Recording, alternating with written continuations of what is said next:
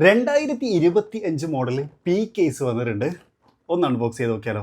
അപ്പോൾ ഇതാണ് 2025 പി കേസിൽ വന്നിട്ടുള്ള മോഡലുകൾ. ഏറ്റവും ഹൈലൈറ്റുകൾ ഏതൊക്കെയാണെന്ന് ചോദിച്ചാൽ ചിലത് ഞാൻ വളരെ പെട്ടെന്ന് കാണിക്കാം. ഡോഡ്ജ് ചലഞ്ചർ, ഇത് നമുക്ക് 2 എണ്ണം ഇതിനകത്ത് കാണാൻ പറ്റും. അതുപോലെ അവിടെ നമുക്ക് പോർഷെ 9083 പോർഷെ, ഇതിന് നമുക്ക് പലയിടത്തായിട്ട് 2 എണ്ണത്തിനെ കാണാം. ഇവിടെ നമുക്കൊരു ഫോർഡ് മസ്താങ് GTD കൊണ്ടുവന്നിട്ടുണ്ട്. 2025 കേസിങ്ങാണ്. ഇതും 2025 കേസിങ് തന്നെ കേട്ടോ. സിൽവറാഡോയുടെ EV വന്നിട്ടുണ്ട്, നൈസ്. ഇതാ പോർഷെ. അതുപോലെ പോർഷയുടെ ഒരു കൺവെർട്ടബിൾ വന്നിട്ടുണ്ട്, നൈസ് വൺ. 911 ടർബോ. അതുപോലെ ഹോണ്ടൻ്റെ ഒരു ബൈക്ക് ഇഷ്ടപ്പെടുന്നവർക്ക് ഇത് പറ്റും. ഗോർഡൻ മുറേൻ്റെ പുതിയ കളർ തീമിന് ഇൻട്രൊഡ്യൂസ് ചെയ്തിട്ടുണ്ട്.